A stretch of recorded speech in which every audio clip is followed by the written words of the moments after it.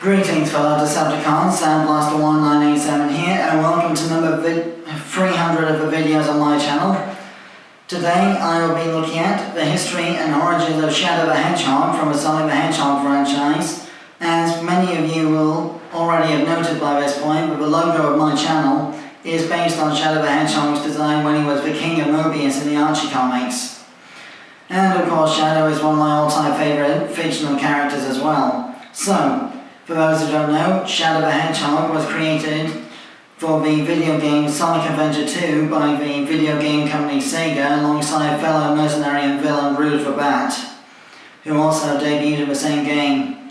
So, Shadow was created 50 years prior to the main story of the Sonic games by Dr. Eggman's grandfather, Gerald Robotnik, aboard a space satellite called the Colony Ark alongside Gerald's granddaughter Maria, who was Eggman's older cousin.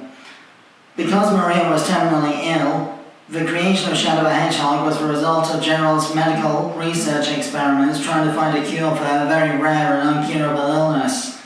Using a combination of the radioactive energy of the Chaos Emeralds and a blood sample from the alien overlord Black Doom from a Black Arms race of alien conquerors, who we don't find out about till the 2006 Shadow the Hedgehog solo game. So, Shadow was originally created to be a medical research experiment and ended up becoming the most powerful life form in the franchise, due to the fact that he was literally born with the chaos energy of the Chaos Emeralds surging through his blood. He can teleport with chaos control without the emeralds, and he can also fire off yellow energy spears called the Chaos Spear, or energy javelins rather, and he can also use his hover skates to run almost as fast as Sonic over the edge of water and such like. He can also use the 7 Chaos Emeralds to transform into a near immortal, Dragon Ball Z Super Saiyan style form called Super Shadow. And in this form he can remove his golden inhibitor rings from his gloves and boots to fire off more energy than ever before, which leaves him physically and mentally drained afterwards as a result of using too much of his power all at once. So, the reason for Shadow's dark attitude is because Maria Robotnik was murdered by government agents that were sent to the Ark to arrest Gerald Robotnik when they found out about Shadow being a sentient creature. Very similar to the way Lilo and Stitch started out, to be honest, except with Shadow being Stitch instead of anything else. So, Gerald was arrested, Maria was gunned down by government soldiers, but with her last breath, Maria managed to hit the button that fired off an escape pod to Earth that contained Shadow the Hedgehog, presumably a chaos control immune from the material in the escape pod, otherwise Shadow would have teleported out and blocked the bullet for himself, which in my opinion would have been a much better way to do things. But hey, I don't work for SEGA, I'm just a YouTuber. So, after that, Shadow the Hedgehog was stuck in suspended animation for 50 years on the prison island compound until Dr. Eggman found him and reawakened him, as was also shown in the Sonic Adventure 2 adaptation sequence from episodes 33 to 38 of the Sonic X anime series. In the anime series, Eggman used the White Chaos Emerald to reawaken Shadow from his suspended animation, very similar to what happened in Sonic Adventure 2.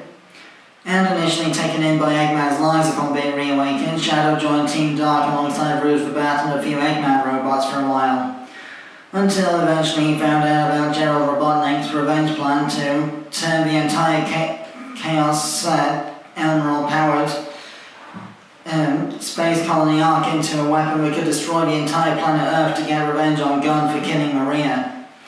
So, alongside Sonic the Hedgehog, Shadow used the Chaos Emeralds to go Super Shadow and save the entire planet, but almost sacrificing his life and his memories in the process. That's why he has severe amnesia in the Shadow the Hedgehog solo game.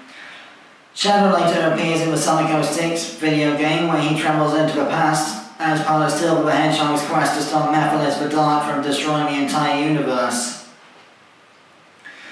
As of this point, Shadow has officially overtaken Knuckles the Echidna as Sonic's dark, brooding anti-hero rival. And now, although slightly on more friendly terms nowadays thanks to things like Sonic Prime, Sonic and Shadow do still have a bit of a rivalry going on. Even though Shadow was part of a resistance against Eggman's rule and Sonic forces, and Shadow is also one of the ones you had to rescue in Sonic Generations. Basically, Shadow keeps popping up throughout the franchise, even in the Sonic Boom trilogy, even though he was literally only in the season finale of the TV show and in boss fights in the games. However, aside from the Sonic X anime series, Shadow's most prominent role by far so far is in the Sonic Prime animated series, where he's the only survivor apart from Sonic of the original Green Hill Zone after the Paradox Prison was destroyed. Floating around in the void because he used Chaos Control to escape the initial disruption wave of the Paradox Prison that split the entire universe, Shadow is now unable to travel from one Shadowverse to the next until Sonic and the cybernetically enhanced Ninetales from the New York City dimension team up with Shadow to find a way to get from one Shadowverse to the next. We haven't got Season 3 of the Sonic Prime TV series yet at the time this video is coming up, but I'm hoping the Shadow will continue on this slightly more heroic streak throughout the rest of the franchise going forward. For those who have seen the post-credit sequence of Sonic the Hedgehog 2, the live-action movie sequel, we know that Shadow is going to be the main focus of the third film instead of Eggman, since Jim Carrey is now officially retiring from acting and doesn't want Eggman to be the last thing he ever did. So, that's basically a brief overview of Shadow the Hedgehog. I've been SoundBlaster1987. Thanks again for watching, and thank you all for your support throughout my last 300 videos. Here's to 300 more. I have been SoundBlaster1987. My next vlog in October will be a Halloween special regarding the origins of General Grievous from the Star Wars franchise. As for my next review, I'll be looking at an AliExpress Lego knockoff version of Thing from the Wednesday Addams series on Netflix. Till then, till all